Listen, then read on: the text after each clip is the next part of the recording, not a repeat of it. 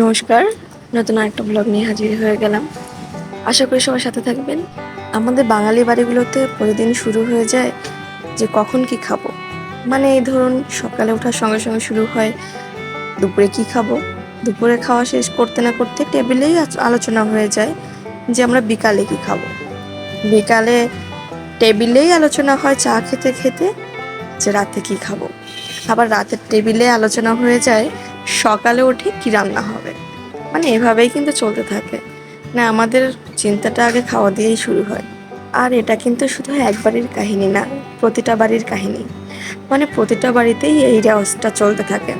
প্রতিটা বাড়ির নিয়ম করে একই কাহিনী, এটার নতুন কিছু বলার নেই। মানে বাঙালি বাড়ি মানেই এই রেওয়াজটা, আর কিছু না। আর একটা জিনিস খুব ভালোভাবে লক্ষ্য করবেন, যারা খায় বেশি তারা ওনাকে খাওয়াতেও পছন্দ করে বেশি। মানে ধরুন আমি খুব খেতে পছন্দ করছি, গাটা নিজের জন্য হলেও আমি এটা খেতে পছন্দ করি, তো আরেকজনকেও সেভাবে আমরা খাওয়াতে পছন্দ করি। নিজেকে দিয়ে হিসাবটা বেশি করা হয়। ঠিক বললাম না ভুল বললাম? অবশ্য সবাই একরকম নাও হতে পারে, ভুলও হতে পারি। আমার অধিকাংশ রান্নাগুলোই খুব শর্টকাট হয়।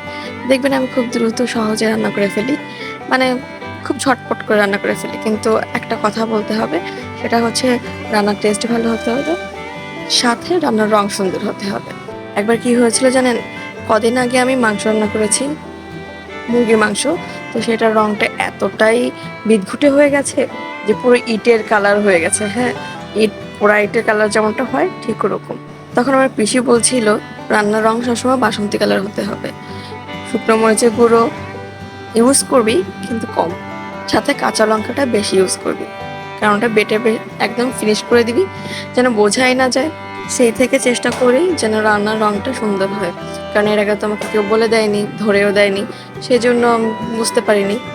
তো এই মাছগুলো হচ্ছে আমি হালকা ভাজা করে নিচ্ছিলাম, একদম হালকা, মানে জাস্ট পিঠটা একটু হয়েছে, রংটা চেঞ্জ হয়েছে, সঙ্গে সঙ্গে আমি একটু জিরে ফোড়ন তেজপাতা ফোড়ন দিয়ে ওটা একটু ভালো করে পুড়িয়ে নিয়েছি। তারপরে একটু আদা বাটা আর জিরে বাটা দিয়ে দিয়েছি। এরপর আর একটু ধনিয়া বাটা দিয়ে মাছটা একটু আবার একটু ভাজা ভাজা করে নেবো, কারণ যেহেতু আমি মাছটা খুব বেশি ভাজিনি তাই কোনো সমস্যা হবে না। এরপরে আমি এটাকে আর একটু ভাজা ভাজা করে নিচ্ছি, নিয়ে তারপর একটু জল দিয়ে দেবো। ব্যাস এভাবে হবে।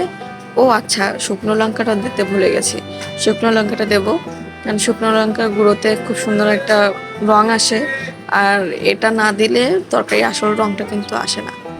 আমি আবার একটু ঝাল ঝাল খাবার পছন্দ করি। বেশ মজার ব্যাপার কি, আমাদের বাড়িতে কেউই ঝাল খায় না, শুধু আমি আর আমার শাশুড়ি খাই। মানে আমরা চারজনের মধ্যে দুজন খাই না, দুজন খাই। ভালো না বলুন? আমার শাশুড়ি মার আমার কথা হচ্ছে ঝাল ঝাল হতে হবে, টেস্ট হতে হবে। আর আমার শ্বশুরমশাই আমার বরের কথা হচ্ছে খাবার ঝাল হবে না। আমি ঝোলটা জাল করছিলাম, তো দেখলাম যে জলটা কম হয়ে গেছে, তো সেজন্য আবার একটু জল দিতে হবে, কারণ জল যদি কম হয় না তাহলে ঝোলের টেস্টটা বেশি আসে না। আর যে কোনো তরকারিতে আমার মনে হয় যে জলটা খুব ইম্পর্টেন্ট, কারণ জলটা জাল হলে তবে টেস্টটা বেশি ভালো হয়। যে কোনো তরকারি আর কি জল, মানে জালের উপর ডিপেন্ড করে অনেকটা। তো আমি বাদ বাকিটা হলুদ আর লবণটা আমি আগে দেইনি, তো সেটা দিয়ে নিচ্ছিলাম। আমি আসলে কিন্তু মেপে মেপে দিই না, আমার যেমন ইচ্ছা আমি সেরকম দিই। ওই মেজারমেন্ট যদি কেউ জিজ্ঞেস করে কতটা কি দিচ্ছে, আমি বলতেই পারবো না, কারণ আমি আমার ইচ্ছা মতো দিই। যতক্ষণ লবণ না হয় ততক্ষণ দিতে থাকি, আর যতক্ষণ ঝাল না হয় ততক্ষণ ঝাল দিতে থাকি। পছন্দ মতো ঝাল হলে তবে স্টপ।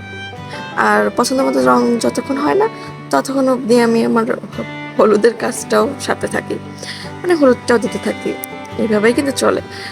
আমার মনে হয় না খুব বেশি মানুষ এই পরিমাণ হিসাব করে রান্না করে।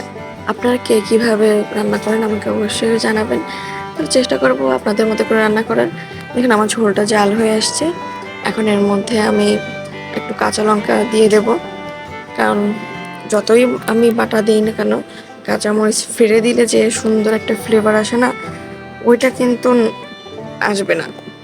তো আমার ঝোলটা প্রায় জাল হয়ে আসছে, আর আমি জাল হলে এর মধ্যে কাঁচামরিচটা দিয়ে দিচ্ছি। বেশি দেবো না, দুটো দিচ্ছি, কারণ অলরেডি আমার সরিষা বাটার মধ্যে আমি কাঁচামরিচ দিয়েছি অনেকগুলো, কারণ আজকে এটা করবো শুধু সর্ষে বাটা দিয়েই। তো সর্ষে বাটার জন্য আমি আগে ওইটা দিয়ে নিয়েছিলাম, আর এখন এই যে ঝোলটা জাল হয়ে এলো, এখন আমি সর্ষে বাটাটা দিয়ে দিচ্ছি, কারণ বেশ অনেকগুলো মাছ, তো সেই হিসাবেই আমার এক বাটি দিতে হলো। তো এই দেখেন কালারটা কি সুন্দর আসছে। আমি কিন্তু সর্ষে দিয়ে কিছু রান্না করতে হলে এইভাবেই করি, আগে দিই না, পরে দিই। আমার মা বলতো সর্ষে আগে দিলে তিতা হয়ে যায়, সর্ষেতে খুব কম জাল দিতে হয়, আবার একেবারে কম জাল দিতে হয় না, মানে মাঝামাঝি। তো দেখুন কি সুন্দর রঙটা চলে আসছে।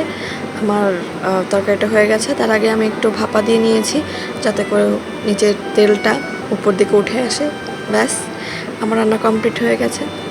দেখুন কি পারফেক্ট হয়েছে তো কালারটা, মানে সবুজ সবুজ আবার একটু হলুদ হলুদ, মানে বাসন্তী কালার যেটাকে বলে, একদম পারফেক্ট একটা কালার আসছে। আর দেখেই বোঝা যাচ্ছে যে লবণ টবণ সব একদম এক প্লেট।